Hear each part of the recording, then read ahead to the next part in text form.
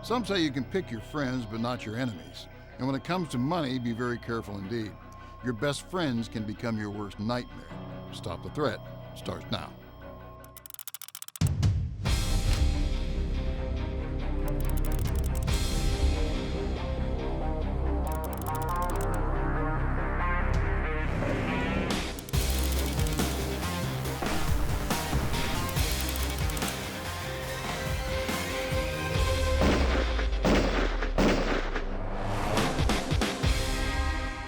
Hello and welcome to Stop the Threat. My name is James Towle.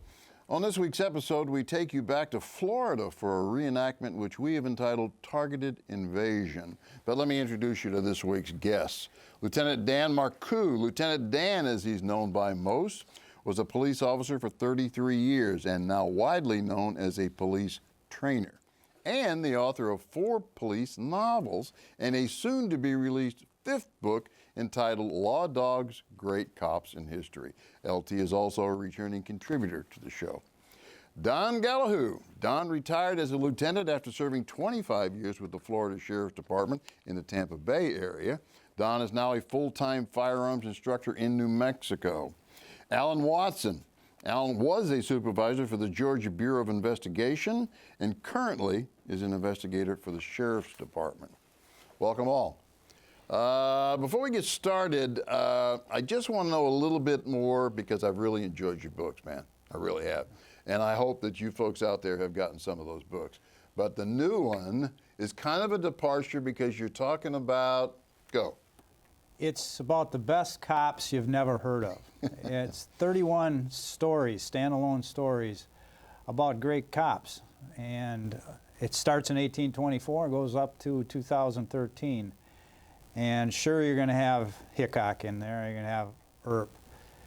But the rest of them are people that have gone unnoticed and are even better than the Hickoks. And I want to ask you about one because I have a guest, Sergeant Duncan Stewart, who's been on the show a couple of times now, and he is a big fan of, and I'm not sure if I'm pronouncing this right, Bill Tillman? Tillman, okay. One of the things said at his funeral by Bat Masterson was, he was the best of us. And he probably made more arrests of felons than any cop in history. Really? Where was he? He was out of Oklahoma. He was one of Isaac Parker's deputies. Okay. And he was killed in a line of duty at 72. At 72? At 72. Anybody else got a favorite cop? Bill Jordan. Oh, Bill Jordan, okay. I think a lot of folks out there are familiar with that name and probably have read something by him. Why is he one of your favorites? Because of the environment that he worked in. That environment, working the Rio Grande in those days, was only for the very strong of heart, and he was the strong of heart. You know, mine is Joaquin Jackson. Does that ring a bell with anybody? Joaquin is still alive. He's on the board of the NRA. I've never met him. I've always wanted to have a cup of coffee with him around a campfire, but I love this statement. He said to a news person somewhere, I was born too mean to hold on to a basketball scholarship, too tall to be a fighter pilot, too dumb to be a doctor, and too damn late to be a cowboy. I just think that's a great statement. He's one of those guys that in Texas, he's pretty well known, and people have had. Is he in the book? No, but Frank Hamer is in, a man from Texas. Okay. Frank Hamer. I don't know much about him, but I don't have time to ask you further either. Hey, when we come back, I'm going to show you part 1, and we'll have some more comments at that time. Don't go away.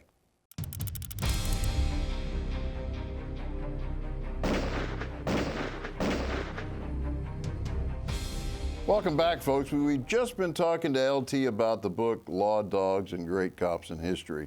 What I'd like to know is who your favorite is, so get a hold of me on Facebook and Twitter if you have a favorite law enforcement officer from the past. Let's talk about him a little bit, and we'll involve LT in that conversation because he's probably written something about him. I'm going to show you part 1 of Targeted Invasion, but I want to say this going in. If you have a safe in your home, I don't care how big it is or how much of a locking mechanism you have, If anyone knows about it, all they have to do is beat it out of you. Keep your mouth shut if you have a safe. Let's watch part 1, Targeted Invasion.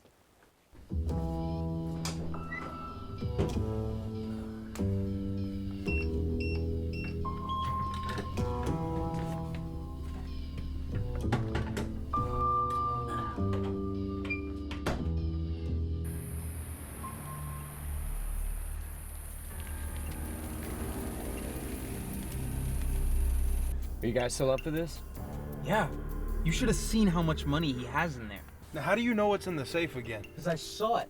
He had it open the last time I was here. When we're done, you know we're gonna have to kill him, right? Yeah? I never liked him anyway. All right, it's settled. In and out as quick as we can. All right, check your guns. Let's go.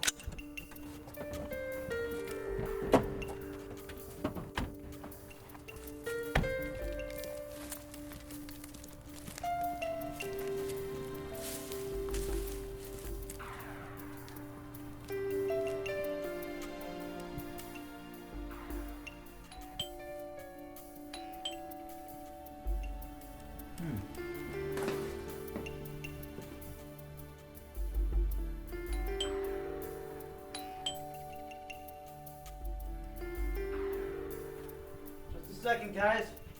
Wasn't expecting you. Hey, guys. What are you doing here?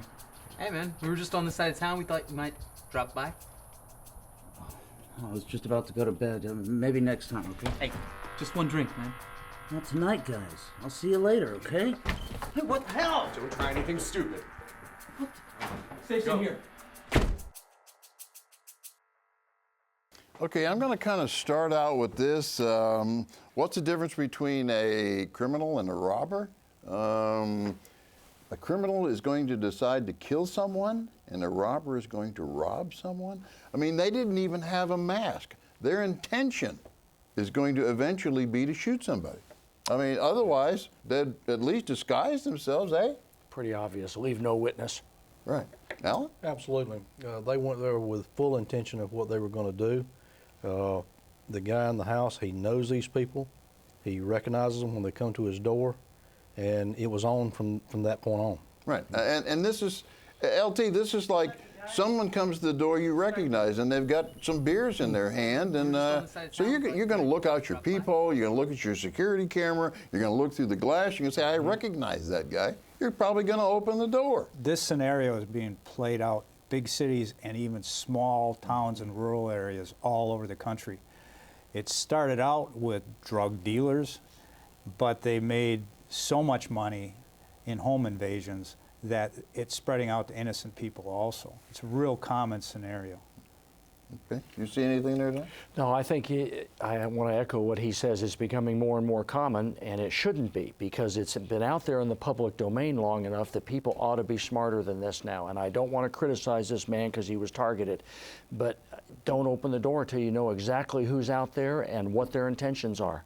I'm good with that, but I want to kind of fall back a little bit about home safes. And Alan, I think you said that you had one as well. How about having more than one safe? I mean, if you're going to be a chatterbox about your safe, then have one that's got $50 in it and a few old comic books or something. I don't know. You know, and if that's the one you want to chat about, then go ahead and chat about that one. And have a real safe somewhere that you don't expose to everyone. I mean, the whole thing is about the fact that someone saw money in the safe. Now, someone who's saying, yeah, I saw a lot of money. What's a lot of money? Could be 50, could be 500, could be 5,000. But it was enough to bring 3 guys back to kill you, right? I mean, so that's true. Well, exactly as you said, it could be $50, it could be 5,000, it could be 50,000. What you have is whoever perceives that you have money in that safe will communicate to others an exorbitant amount if they have intention of going in to get that. Or anything else. If they absolutely. just know that you've got a safe, they know Right. you own Yeah. something, Maybe you wouldn't have a safe. Right. It's something that you want to keep Exactly. locked up.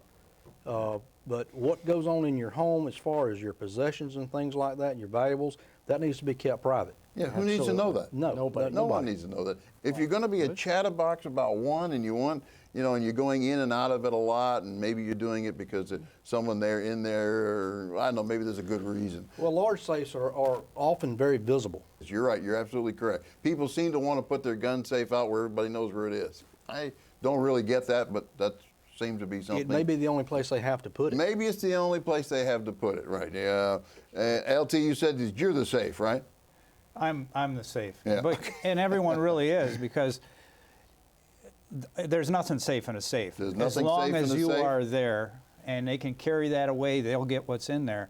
Right. I recommend that if you're going to keep anything in a safe, it's for fire purposes. A little money to satisfy them, but your valuables should go. Right, and when we come back, I'm going to talk a little bit more about what you should have in the safe and how you should look at a safe before you buy it. Don't go away.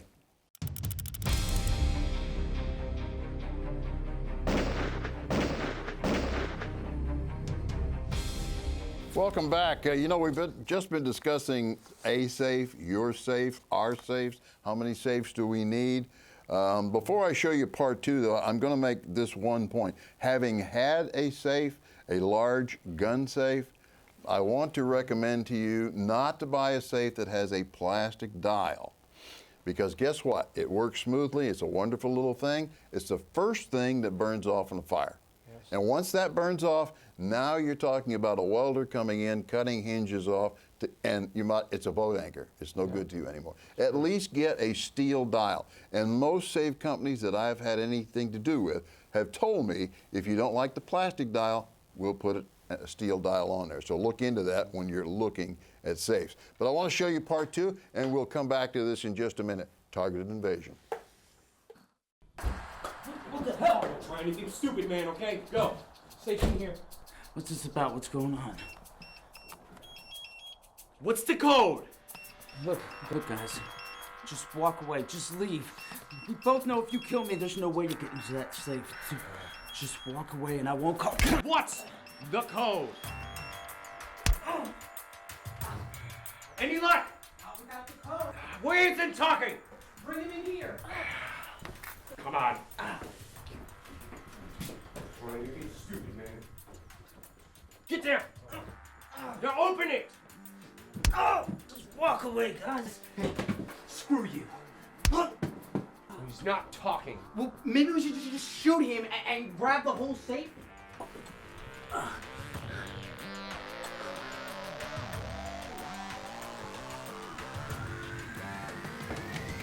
Ah! Run! Run! Ah! Yeah!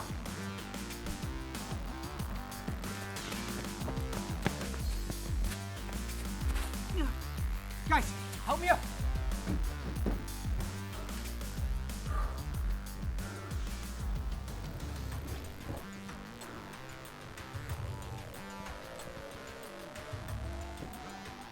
Help me up.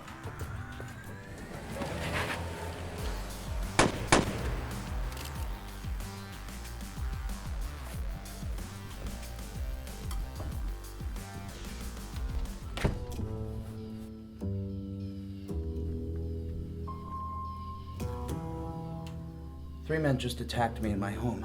I shot one of them. Send an ambulance. Okay, let me start with the fact that we have discussed 911 calls many times. I'm not sure in this case what he said made any difference.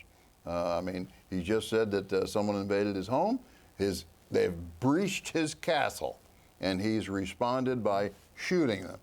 You know what? That may be the one time that you want to admit to it. I mean, nobody can hold that against you. What do you think? I didn't see a problem with what he told them, because he's armed, and you're going to have to tell people, give some explanation why this shot person is laying in front of your house. Right, and send EMT and send police. Yeah. And I shot him. Okay, fine. They breached your castle. I'm good with that. What about you, Alan? I agree. I have no problem with this scenario at all. They breached the entry into the door and came on to him. It was obvious that he was in a live or die situation, and he had no choice. They were beating him down. What I did see was he appeared prepared for this scenario. with the placement of the rifle under the desk. If he was taken to his safe and forced to open it, he had something in place for that, which is a good idea. So, which is really a good idea. So I would say tip number 2, folks, have a second gun somewhere near the safe that's not necessarily in the safe that you might need to access. Where are you going to go with that? I'm going to take a contrary view. I'm sorry. Okay. But I think everything was fine with the initial shots, but I would have never followed the guy outside. All the bad guy had to do was get lucky with one shot, and now you're dead inside the doorway there. I would have immediately gone to a defensible place or barricaded myself inside the house, called 911, and wait for the cavalry to get there. Hey, I guess you could have stayed in the room. Absolutely. Close the door. Absolutely. He's got an AK-47. Who's going to come back in? He's well gunned. When you walk to the front door, you have to count the cost. Okay. All right. Re-entering the gunfight is what he was doing based upon, and that's a good observation. What do you think? What he did was defensible. It wouldn't have gotten him legally into trouble, but it was dangerous for But it might have got him physically in trouble because if someone else had thought to stop and turn, there may have been someone else out there besides those. Defensible but risky. Right. Alan? Well, I think all of these are good points. That's why people need to plan for events that they don't expect to happen. I also think it's very natural. It is. I mean, because the fact of the matter is, guys, you've got some adrenaline going here.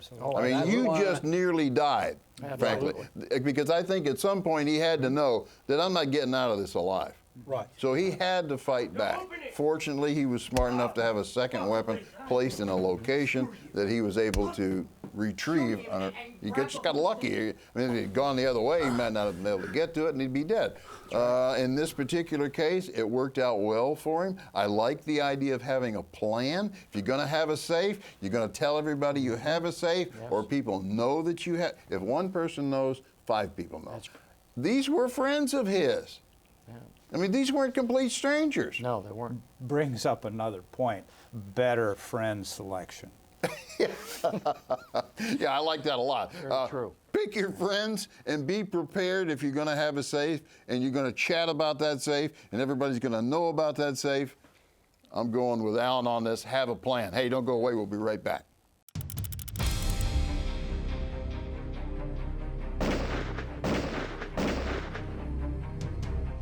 Yeah, viewers, welcome back. Before we left, though, we were talking about the do's and the don'ts of having a safe and having everyone know about it and some of the incidents that took place. And Donn said off camera something that I want you to hear. So pick that up, Donn. Well, what I was saying is that Florida has the most liberal castle doctrine laws in the nation, and under current Florida law, the reenactment we just saw would have been defensible. In other states, particularly the state I live in now, you would be hard-pressed the continuing threat is not there. And so you can't justify going outside the front of the house and engaging this man again after he has left. So in many states, that would be a problem, legally. Okay, all right. Do you see that? Well, it could be a damned if you do and damned if you don't situation if you're going out to check his welfare because you just shot him. If that's the case, you better verbalize that when it occurs. Well, there were some rounds I saw through the wall. I mean, he's sitting there with an AK, right? So, yeah, they're going to penetrate that wall, and certainly you would have you're within your right to go out there and check. I don't think we're questioning that as much as we are questioning the decision to do that. Yes. Go ahead, Alan. I agree with the legality may vary by state, but the scenario does not. The threat being gone, I take a stand on that. We don't know the threat was gone. This guy was still on his property. He did not know. They're armed. He did not know that they're gone. He did not know that the threat had dissipated. Okay, they might have pulled back to a better position. Right. Reorganized and driven to the fact that we're going to kill him and we're going to steal He knew everything who they were. he has. What difference does it make? Right. He Okay, knew he's who they got a were. gun now. We have guns too. I think that's a good point. Absolutely. All right. He's also responding to the threat of the kid pulling out the weapon. Right. It didn't look as though he was going to shoot him until the young fellow grabbed that gun and pulled it out. I don't know exactly what might have taken place. We're only going on a police report, and actually it was a newspaper report. So we don't know exactly how that took place. Again, I'm going to go back to the fact that if you're going to have a safe, go to a gun store. They have safes. And be conscious of paper burns at 350 degrees. In my safe, when we finally got that open, all of the guns, everything that was wood or plastic is gone, and there was nothing but metal. I probably lost a huge amount of money anyway, because it was all laying down at the bottom of the safe because I didn't choose a safe that would last in a fire, and that's very difficult to do because it's hard to find a safe that'll last an hour. And that's an expensive safe, but you've got a lot of weapons in that safe and a lot of memories attached to those weapons.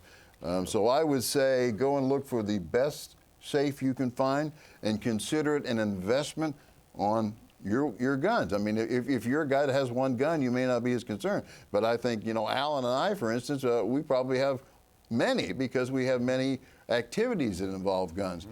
Get to me on social media because I know there's a lot that we can talk about on Facebook and Twitter about safes and about how to buy a safe, where to buy a safe, who to buy it from, where to put it. Remember, fire and heat travels up if the safe's below the fire. Okay, so there's a lot of things to think about. But I got to go, and I'm sorry we don't have more time. We'll see you again next week. Thank you for watching Stop the Threat tonight. Be safe, be trained, be alert.